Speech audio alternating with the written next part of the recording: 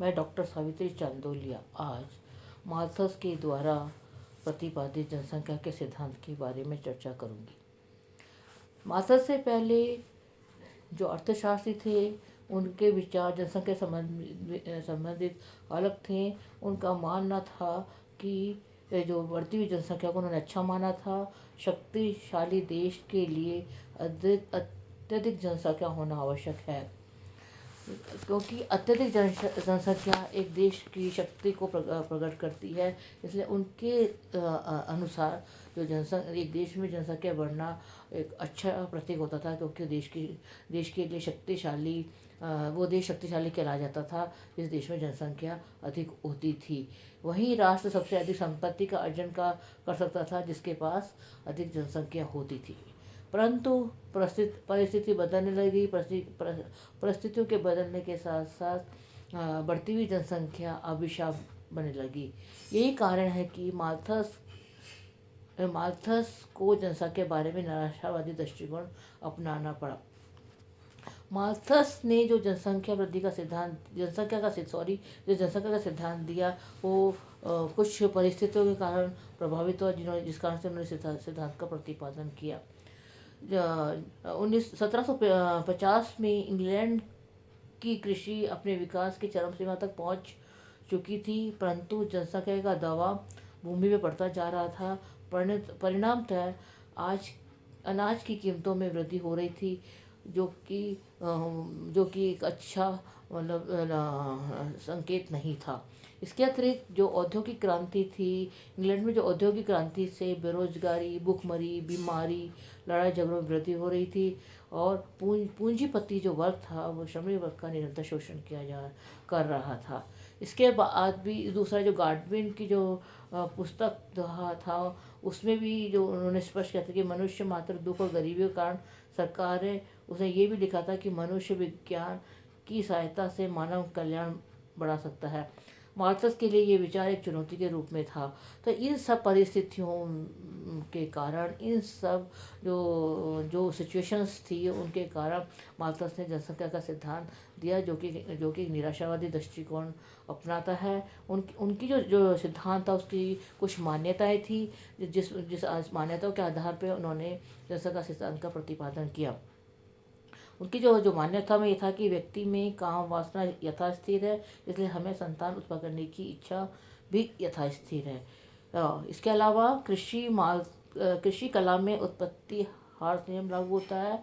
इसके अतिरिक्त माल्थस के अनुसार जीवन स्तर और जनसंख्या के बीच में सीधा संबंध होता है। जीवन स्तर बढ़ने के साथ साथ जनसंख्या बढ़ती है और जीवन स्तर घटने के साथ साथ जनसंख्या घटती है। तो इन मान्यताओं के आधार पर जो था माल्थस का सिद्धांत टिका हुआ था, और उस आधार पे जो था कि माल्थस की जनसंख्या के कुछ निष्कर्ष हम निकाल सकते हैं। माल्थस ने ये कहा था कि जो है जनसंख्या जो है व्यक्ति का जीवन खाद्यान्नों पर निर्भर रहता है और जनसंख्या वृद्धि आवश्यक रूप से जीवन निर्वाह साधनों द्वारा सीमित रहती है। जीवन निर्वाह के साधन बढ़ने पर जनसंख्या भी बढ़ती है। यदि उस समय शक्तिशाली और कठोर नियंत्रण न रखे जाए तो इस संबंध में माल्थस ने एक सटीक उक्ति प्रस्तुत की। वो कहते थे कि प्रकृति ने भोजन की मेज पर सीमित अतिथियों के लिए ही लगाया है। जो बिना निमंत्रण आएंगे उनको अवश्य ही भूखा मरना पड़ेगा। अब उन्होंने ये जो बताया कि फर्स्ट बात उन्होंने बताया कि जैसे जैसे जनसंख्या बढ़ेगी वैसे वैसे खाद्यान्नों की समस्या उत्पन्न होगी, और उन्होंने इस उदाहरण के द्वारा बताया कि प्रकृति ने भोजन की मेज पर सीमित अतिथियों के लिए ही लगाया है। जो बिना निमंत्रण आएंगे उनको अवश्य ही भूखा मरना पड़ेगा। इसके अतिरिक्त जो मनुष्य में काम शक्ति तीव्र होती है, परिणामतः जनसंख्या खाद्य सामग्री की तुलना में बड़ी तेजी से बढ़ती है। उनके अनुसार जनसंख्या ज्योमेट्रिकल प्रोग्रेस से बढ़ती है, यानी कि 1 2 का 4 4 का 8 8 का 16 का 32 इस गति से बढ़ती है, जबकि खाद्यान्न गणितीय क्रम से बढ़ता है 1 2 3 4 5।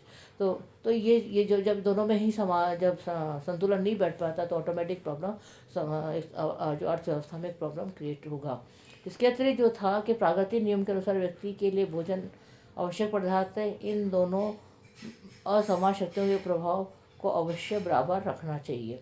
माल्थस के अनुसार जनसंख्या और खाद्यान्नों के बीच जब संतुलन भंग हो जाता है तो फिर से संतुलन काम करने के लिए दो उपाय कर सकते हैं। उन्होंने बताया था कि जब जब जनसंख्या वृद्धि होती है तो खाद्यान्न के बीच जनसंख्या और खाद्यान्न के बीच में असंतुलन पैदा हो जाता है, और इस जब असंतुलन पैदा हो जाता है तो अर्थव्यवस्था में प्रॉब्लम्स क्रिएट हो जाती हैं।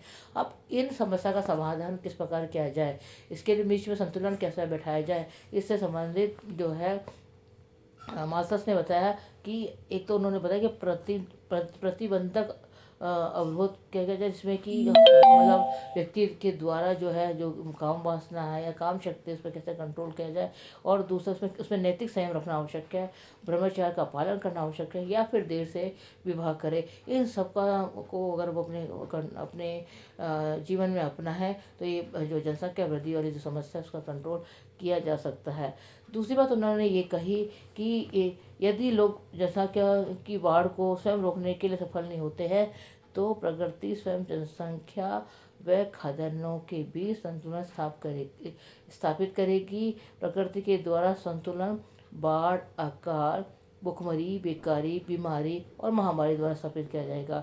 तो जो ये बात उन्होंने कि जनसंख्या सिद्धांत में जो माल्थस ने अपनी बात कही, उन्होंने ये कही कि जो जनसंख्या वृद्धि है वो आर्थिक विकास में घातक है, अर्थव्यवस्था के लिए प्रॉब्लम कर सकती है, और इसमें इसका समाधान आवश्यक है, और उसका समाधान आवश्यक के लिए आवश्यक है कि लोग खुद अपने जो है संयम रखें, अपने नैतिक संयम रखें, और जो दूसरे जो भी ब्रह्मचार्य का पालन करें या फिर देश सेवा करें। और अगर व्यक्ति इन सब को नहीं पालन करेगा तो प्रकृति ऑटोमेटिक इस पर कंट्रोल करेगी। मतलब तो हमको जो माल्थस ने प्राकृतिक अवरोधों की तुलना में प्रतिबंधक अवरोधों के अधिक महत्व दिया। यदि प्रतिबंधक अवरोध लागू नहीं किए जाते तो प्राकृतिक अवरोधों द्वारा समाज को कष्टों का सामना करना पड़ेगा। साथ ही प्राकृतिक अवरोधों के बाद जनसंख्या की जो वृद्धि होगी उसकी वृद्धि दर उसी अनुपात में होगी जैसे घास को काटने के बाद वह तेजी से बढ़ती है। तो माल्थस ने प्रतिबंधक अवरोधों के अंतर्गत संयम को महत्व दिया। माल्थस पाप व दुष्कर्म जैसे गर्भपात, परिवार नियोजन आदि आदि जो उपाय थे उस जनसंख्या रोकने के लिए उसके पक्ष में नहीं थे। तो ये जो बात जनसंख्या सिद्धांत की माल्थस की जनसंख्या सिद्धांत था कि जनसंख्या को अगर रोकना है तो वो उसमें प्रतिबंधक अवरोधों के माध्यम से किया जा सकता है, न कि जो हम लोग पाप या दुष्कर्म करके या किसी और वे में करें तो उसके पक्ष में वो नहीं थे। जैसा और अगर विकास करना है, अर्थव्यवस्था का विकास करना है, खाद्यान्न और जनसंख्या के बीच में एक संतुलन स्थापित करना है तो इसका समाधान आवश्यक है, और उसका समाधान प्रतिबंधक अवरोध द्वारा ही किया जाना चाहिए। धन्यवाद।